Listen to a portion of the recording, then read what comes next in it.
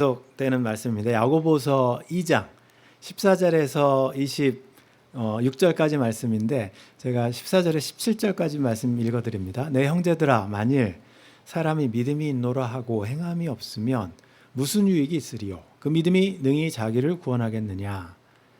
만일 형제나 자매가 헐벗고 일용할 양식이 없는데 너희 중에 누구든지 그에게 이르되 평안히 가라, 덥게 하라, 배부르게 하라 하며 그 몸에 쓸 것을 주지 아니하면 이와 같이 행함이 없는 믿음은 그 자체가 죽은 것이라.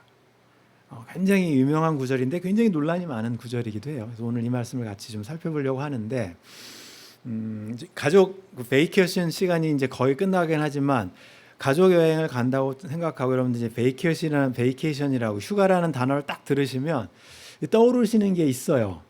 어떤 사람들은 이제 목적지가 떠오르죠. 어디로 갈까? 우리의 목적지는 우리가 어디로 가서 휴가를 안 가본 데를 갈까? 아니면 가본 데를 또 갈까? 캠핑을 할까? 목적지가 정해져 있어요. 근데 어떤 사람은 목적지가 정해지면 그럼 가서 뭐 하지? 뭐 어디를 가고 뭘 보고 이제 뭘 해야 될지 액티비티를 뭘 하고 막 그런 것들을 생각하는 사람이 있어요. 똑같은 베이케이션이라는 단어가 딱 들어가면 한 사람은 어딜 갈까를 고민하고 어떤 사람은 가서 뭘 할지를 고민해요. 근데 그 중에 어떤 사람은 뭐 먹지만 고민하는 사람이 있어요. 이게 저희 집 이야기예요. 저희 집이 가족 휴가를 간다 그러면 한 사람은 목적지를 정해요. 어디 가자. 그럼 한 사람은 그 목적지에 관련된 뭐 역사, 유적부터 막 그런 걸 찾아요. 그런 걸 좋아하니까. 한 사람은 다 아실 거예요. 누군지 얘기 안 해도.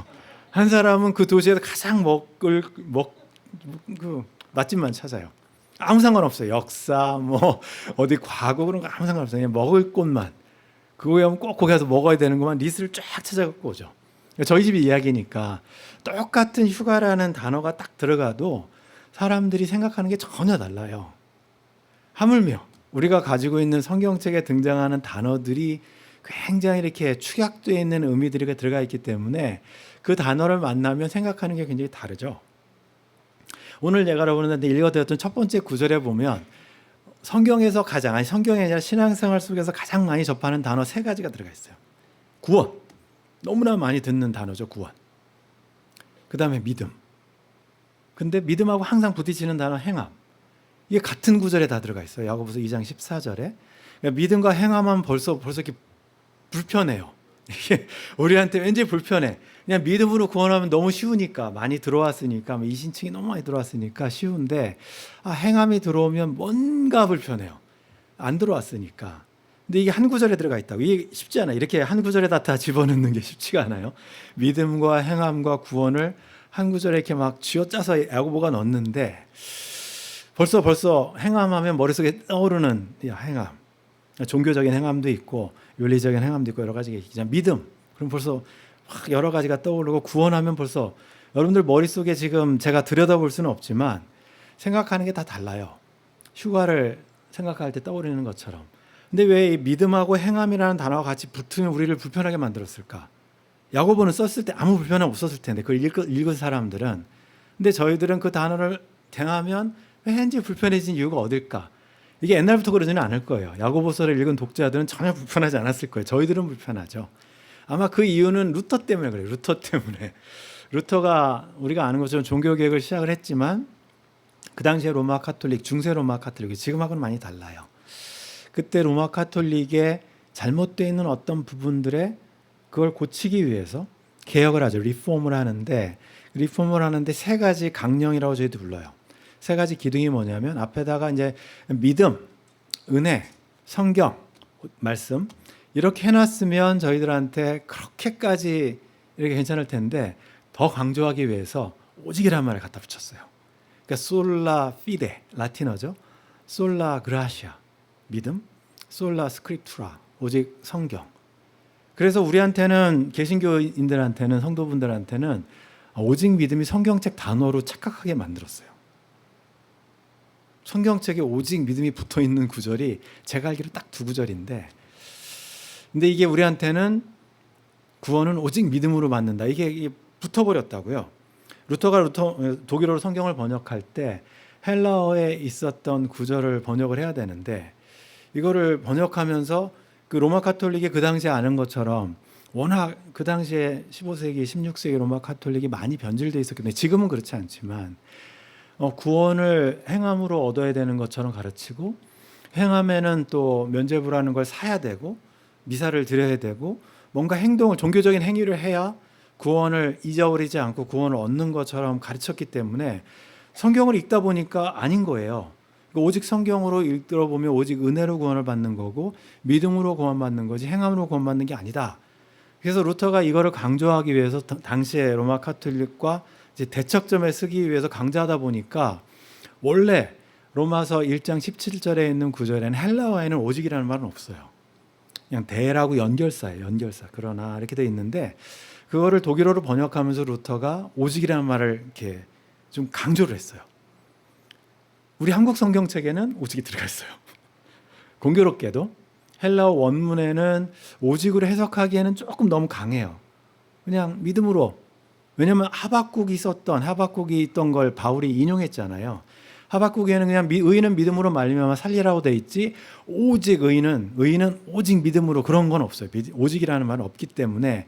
근데 루터가 강조하니까 오직 믿음 3대 강령에 들어가니까 우리는 성경 읽을 때마다 오직 믿음으로 구원받는다. 그러다 보니까 행함이 들어가 버리면 이때부터 불편해지는 거예요, 저희한테는. 그래서 오늘은 이 이야기를 좀 짚고 넘어가야 돼요.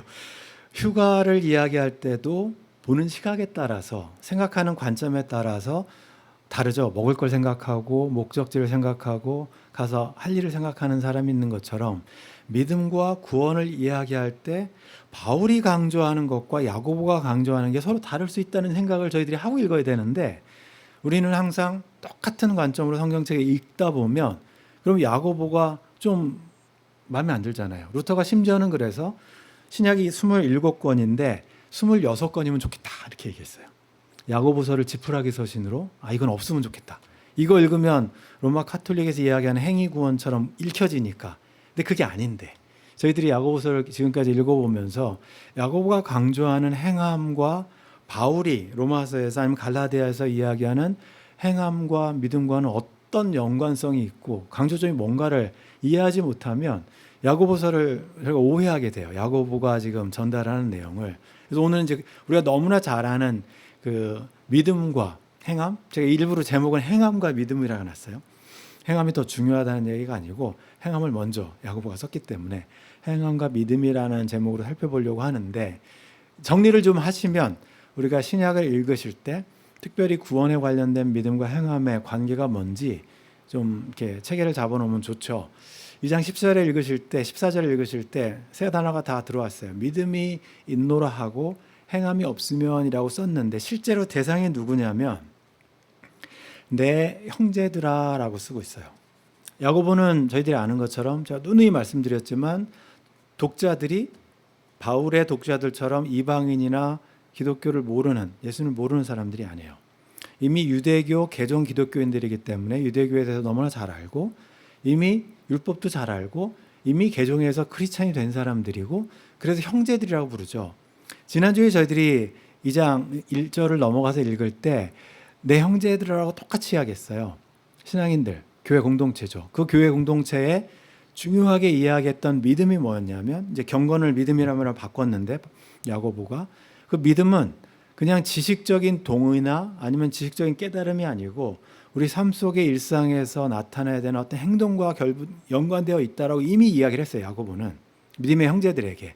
그래서 화내는 거 천천히, 성내는 거 천천히, 말하는 거 천천히, 듣는 거 분별해서 듣는 건 빨리, 그리고 차별하지 말고 약한 자들 돕는 거, 이게 다 믿음이에요. 그러니까 믿음은 행동으로 나타나야 되는 거지, 이미 그런 얘기를 해왔음에도 불구하고 그 공동체 안에서 누군가를 차별하죠. 그러니까 지난주에 두 사람이 게스트로 들어왔어요. 믿는 사람이 아니고 방문객 둘이 있었는데, 한 사람은 명품을 걸치고 들어오고 한 사람은 그냥 노숙자처럼 들어왔을 때 야고보 교회 공동체에 있는 사람들이 차별했다 이거예요. 그런 일이 없었으면 쓰질 않았을 거예요, 야고보서를. 그 명품 걸쳐 온 사람들은 좋은 자리에 앉으세요, 여기 앉으세요, 자리 양보하고 그냥 거지로 해석할 수 있다고 제가 말씀드렸으니까, 노숙자가 들어올 때는 저기 서 있든지 창틀에 앉든지 알아서 하라고.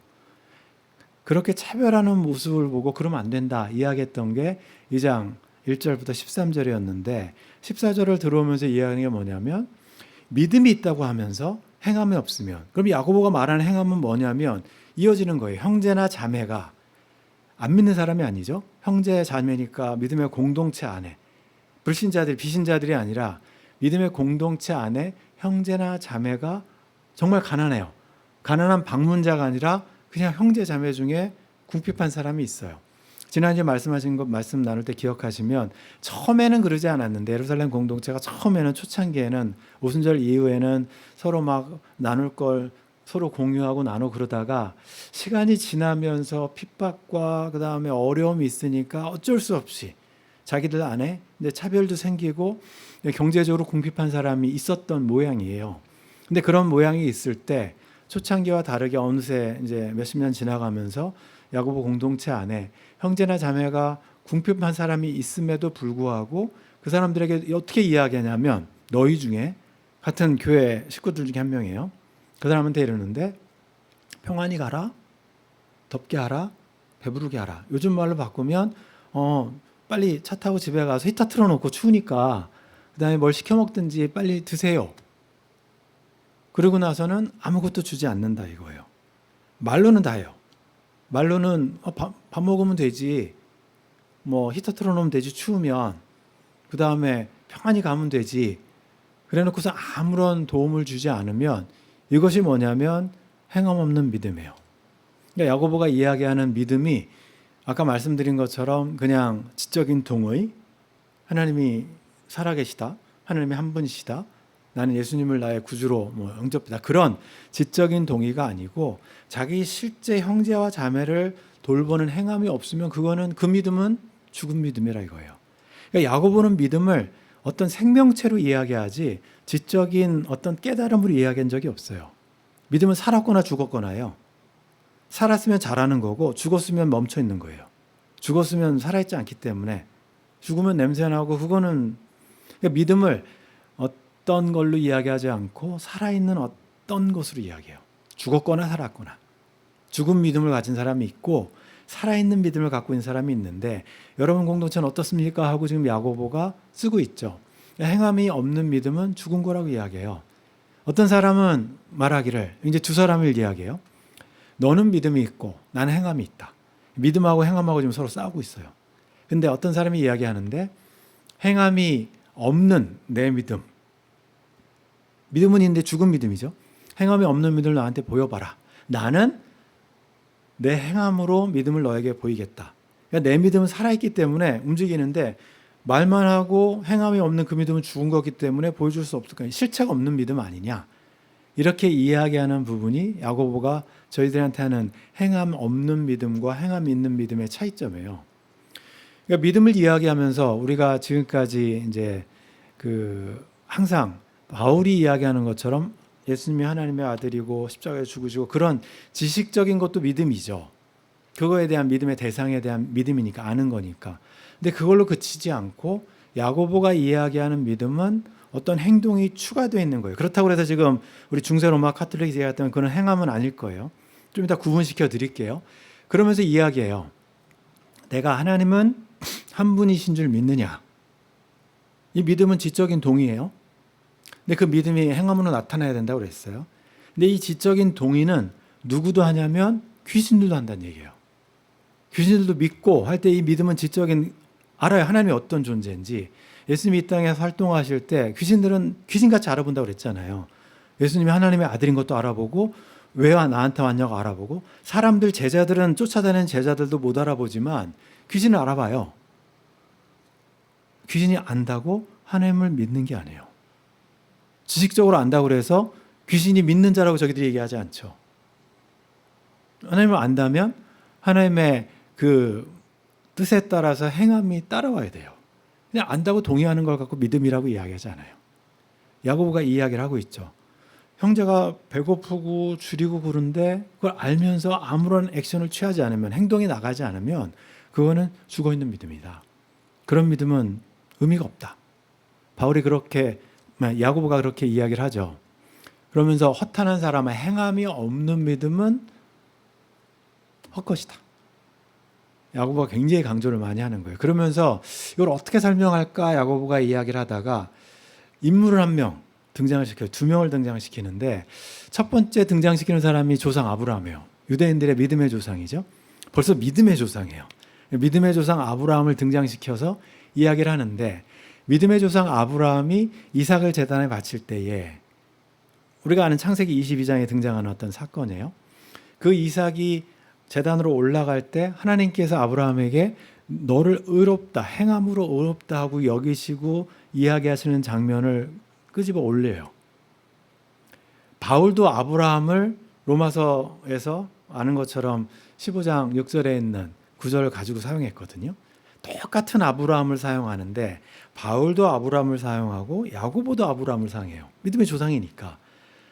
근데 믿음의 조상 아브라함을 예로 들면서 야고보가 이야기하는 것은 이삭을 제물로 바칠 때 그 믿음 행함을 통해서 하나님께서 의롭다고 하신 거 아니냐라고 이야기하죠. 행함에 빠져 있는 믿음, 말로는 이삭을 바치라는 거에 순종하지 않으면 그거는 믿음이 아니죠.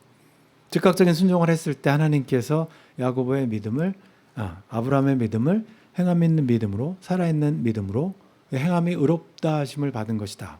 구원하고 연결해서 이야기하는 부분이기도 한데 그래서 행함과 함께 일하고 그로 인해서 믿음이 온전하게 된다라고 이야기를 해요.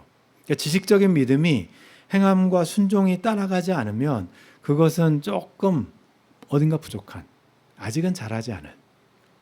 아브라함의 이야기를 하면서 야고보가 이삭의 이야기를 끄집어낸 이유도 그거예요. 왜냐하면 그 다음에 이야기하면서 야고보가 아브라함의 얘기를 하면서 아브라함이 하나님을 믿으니 이것을 의로 여기셨다라고 이게 이제 창세기 22장 12절하고 22절에 있는 말씀이에요. 그 말씀을 가지고 하나님을 믿고 이삭을 다시 살려줄 거라는 믿음이에요.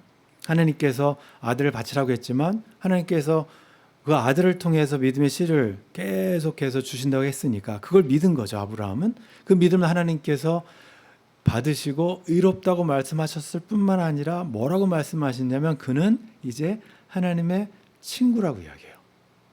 하나님의 친구라고 불린 사람이 별로 없어요. 하나님의 자녀 거기까지는 됐는데 하나님과 친구가 된 사람이 그렇게 많지가 않은데 아브라함은 친구라고 불러요. 하나님의 벗이라 칭함을 받았다. 그러니까 아브라함의 믿음을 여러분들이 생각하실 때 바울이 사용하는 아브라함의 믿음은 창세기 15장에서 아브라함이 하나님한테 이야기를 들어요. 내가 너에게 모든 믿는 자들의 믿음의 조상이 되게 해주겠다. 하늘의 별처럼 바다의 모래처럼 그걸 믿은 거예요. 그때는 아직 이삭이 등장하지 않을 때예요. 그 믿음을 가지고 의롭다 하셨어요. 그때도 이미 하나님께서 아브라함을 바울은 그거를 인용을 해요. 우리가 칭이라고 불리는 이신칭이라고 불리는 그 부분을 인용을 해서 창세기 15장 6절을 인용한다고요. 바울은 똑같은 아브라함을 인용하지만 근데 야고보는 어디를 인용하냐면 창세기 22장 아브라함의 맨 마지막 사건을 가지고 와서 그때 의롭게 된 것을 이야기해요. 처음에 베이비 믿음에 있었던 아브라함의 이야기를 인용한 것이 아니고 성숙 지점에 올라가 있는 아브라함의 이야기를 인용해서 아브라함이 하나님과 친구가 됐다. 갓난아기였다가 어느새 자라서 하나님의 자녀에서 하나님의 친구가 된 아브라함의 이야기를 의롭다 여기심을 받았다고 이야기를 하죠. 똑같은 아브라함이지만 강조점이 달라요. 시각이 달라요.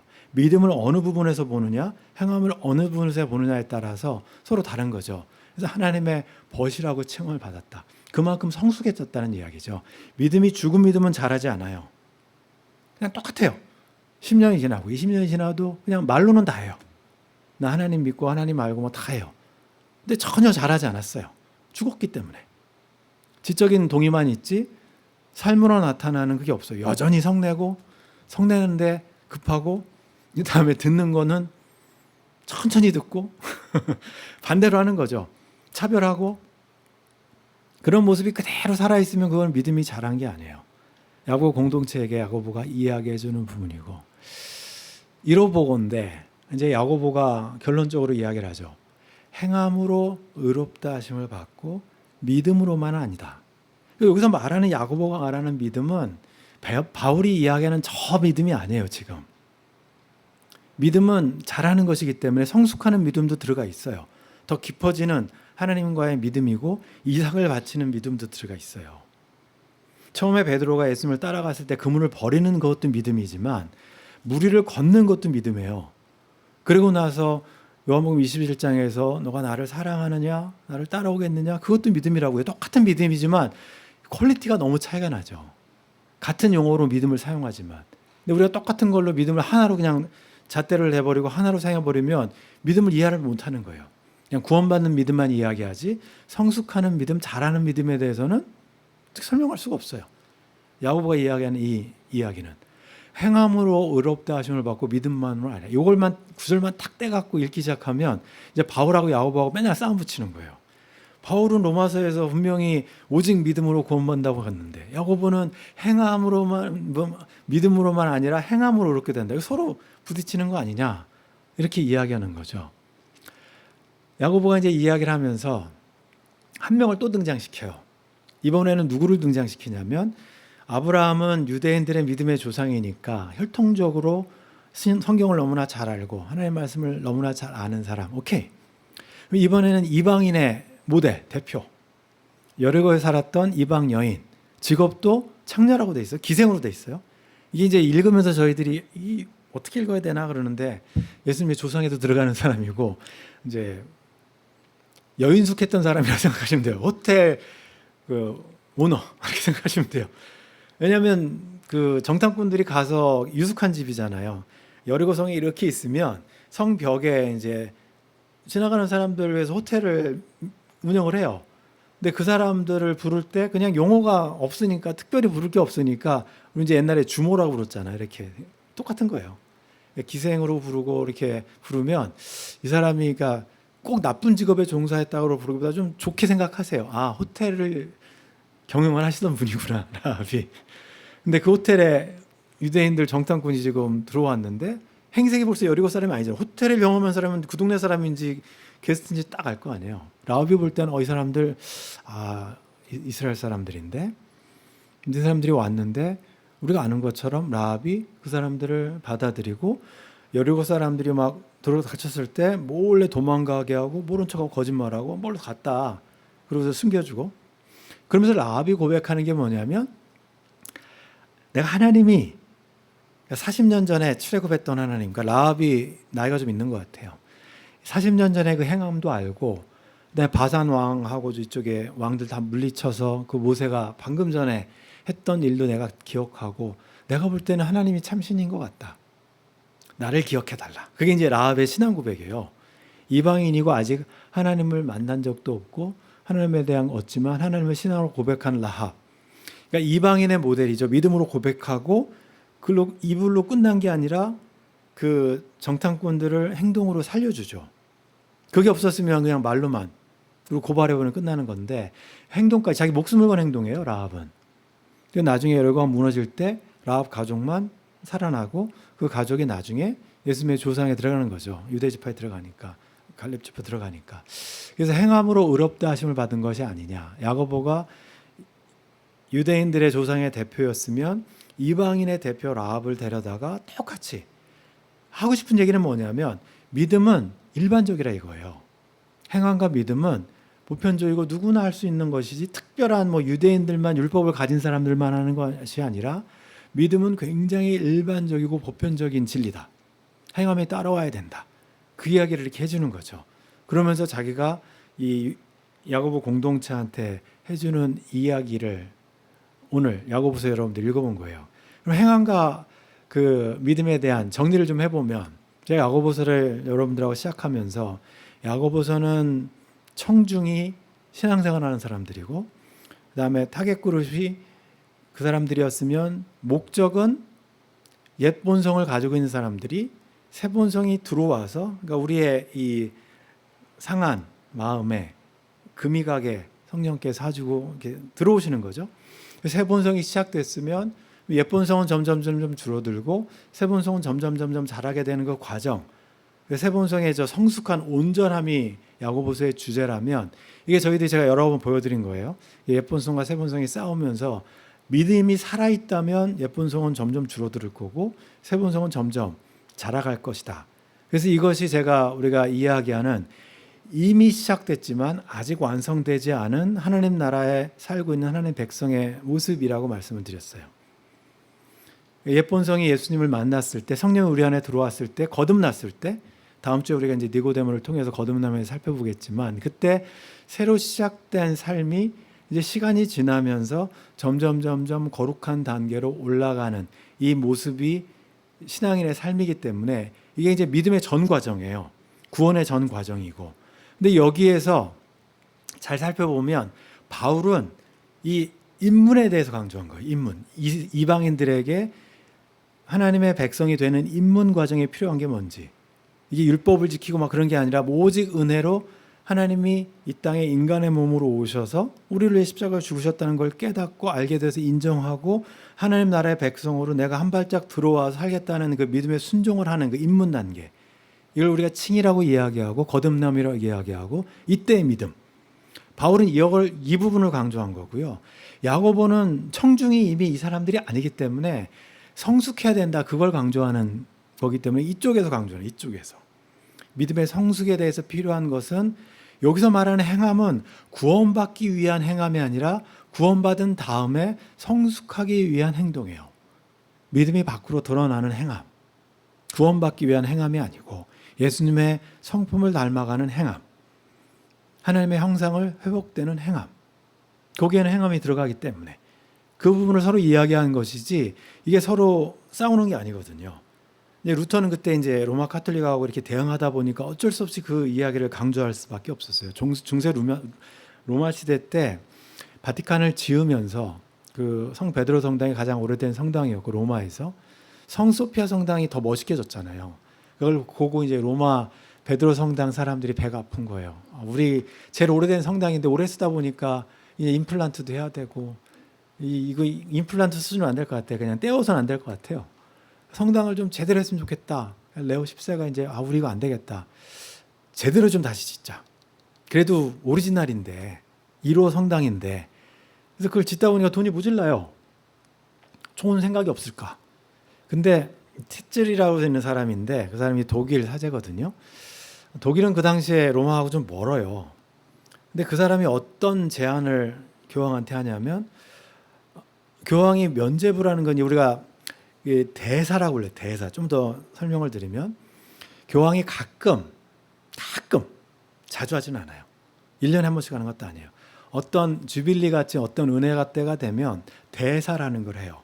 고해성사는 소사예요. 소사 아주 미니멈하게. 그러니까 일주일에 한 번씩 가서 그 신부들 만나면 죄를 고백받고 용서함을 받는 거고 대사는 뭐냐면 이거는 그때 만약에 교황이 방문했을 때 그런 속죄 예배를 하면 그 당시에 있는 모든 죄가 사해지는 거예요. 대사라는 게 그거예요. 큰 사람이죠. 근데 그거를 가끔 하는데 가기 힘드니까 리모트로 할 수 있는 방법이 없을까? 지금이면 이제 다 이게 인스타나 뭐 그런 거 했을 텐데 유튜브나 안 되니까 내가 직접 못 가니까 그리고 어느 날 한 날 하는 것도 복잡하니까 그냥 이 증서를 사. 그러면 모든 죄가 용서를 받을 수 있어. 이게 인덜전스라고 부르는 면죄부예요. 대사에 사용되는. 한 번 고해성사 하는 것이 아니고 이거를 사면 모든 죄가 용서받아요. 굉장히 좋은 거죠. 비싸죠. 일회용이 아니니까. 퍼머넌하게 죄를 받을 수 있는데 근데 그걸로도 장사가 안 되니까 이거 좀 확대를 하자.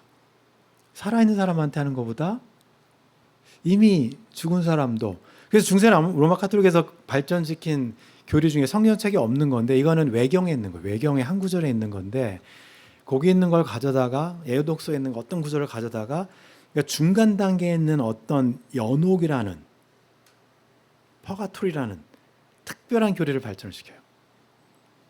살아있는 사람한테 팔았는데 다 팔려버린 거예요. 더 이상 없어. 판매할 수가 없으니까 그때는 콜럼부스가 와서 신들에게 개발된 것도 아니고 그러니까 죽어있는 사람한테 팔 수 있는 방법이 없을까? 근데 연옥이라는 개념을 발전시키면 할아버지, 할머니의 글을 다 쓸 수 있어요. 그러니까 자기가 봤을 때 우리 할아버지 못했거든요. 천국 못 갔을 것 같아. 근데 얘기를 하는 거죠. 이걸 사면 죽어있는 사람도 죄가 용서받아서 천국에 갈 수 있다. 이게 이제 중세 단테 신곡이나 그거에 다 모든 문학이나 모든 교회에서 생각하는 그런 시스템에 그게 완전히 각인이 돼 있어요. 그러니까 플라톤이 들어가 가지고 죽어서 가는 하늘나라하고 그 다음에 잠깐 중간 머무르는 연옥 개념하고 지옥하고. 그러니까 아직 끝이 안 났어요. 죽었는데 끝이 안 나요. 끝난 게 아니야, 아직까지. 그러니까 누군가가 자기 해결해 줘야 끝나요. 그게 면죄부예요. 근데 면죄부가 판매를 그 독일 사람이 테첼이라는 사람이 기가 막힌 아이디어를 내요. 뭐라고 내냐면 교황한테 이게 판매권을 나한테 독점권을 달라.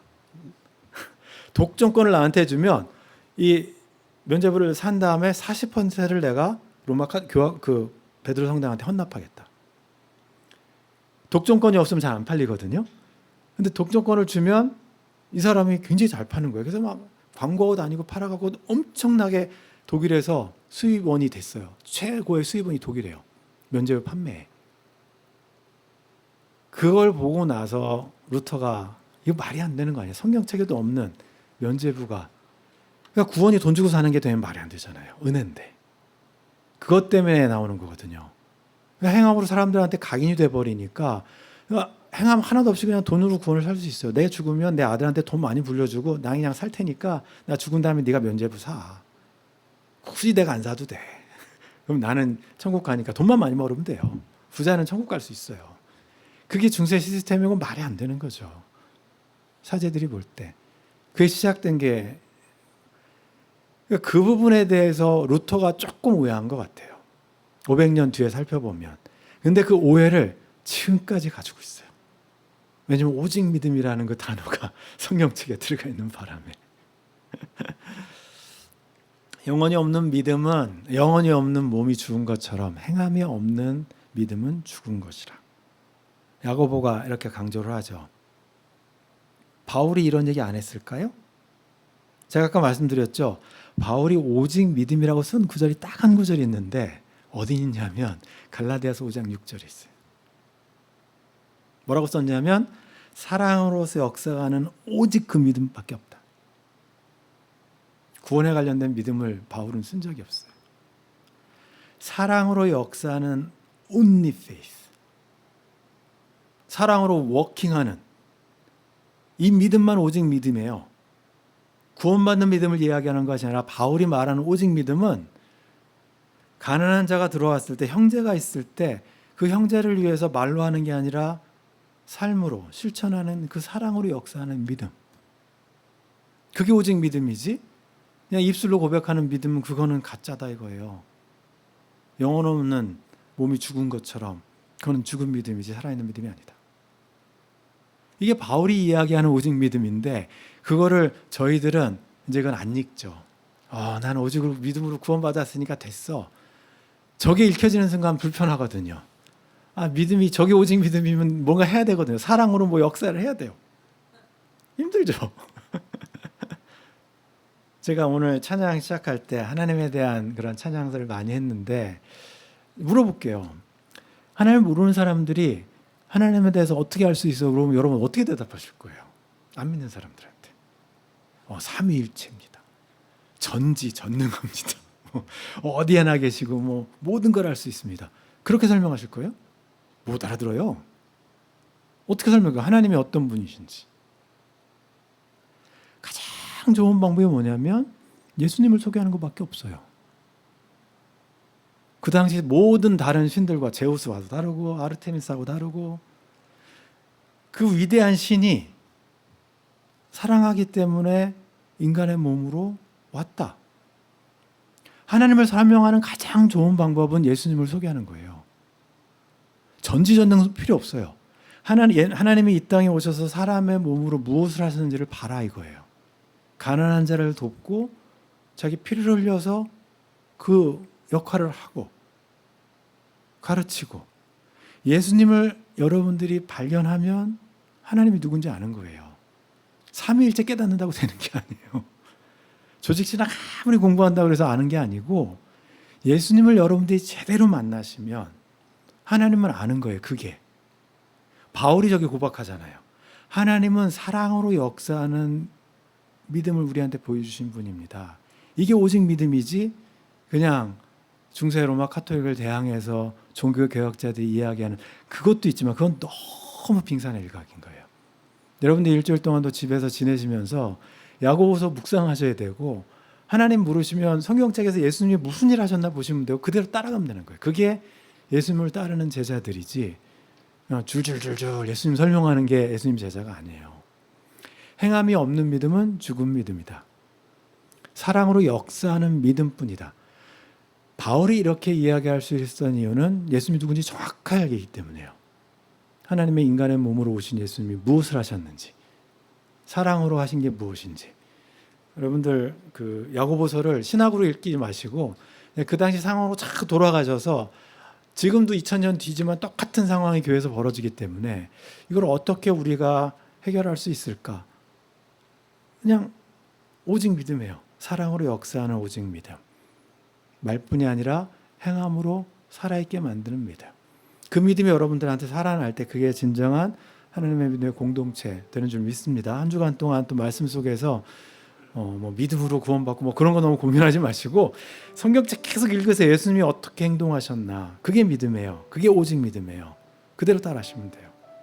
하나님 아버지, 저희들 오늘도 야고보서를 통해서 야고보가 저희들에게 보여주는 살아있는 믿음이 무엇인지, 형제 자매 중에 어려운 것을 저희 눈에 보이면 도와야 되는 게 믿음이고, 그게 사랑이고, 그게 경건이고, 그게 예수님의 모습이었던 것들을 기억하게 하시고, 저희들 삶 속에 끼어들어서 우리 삶에 들어오는 도움이 필요한 지체들, 하나님 저희들이 그들에게 축복의 통로가 되게 해주시고, 그래서 정말로 이곳에서 하나님의 살아있는 믿음의 자녀들이 많아지게 해주시고 세상의 빛과 소금에 거룩한 향기가 나는 그런 믿음의 공동체 될 수 있는 저들 되게 해 주시옵소서. 예수님의 이름으로 기도드립니다. 아멘.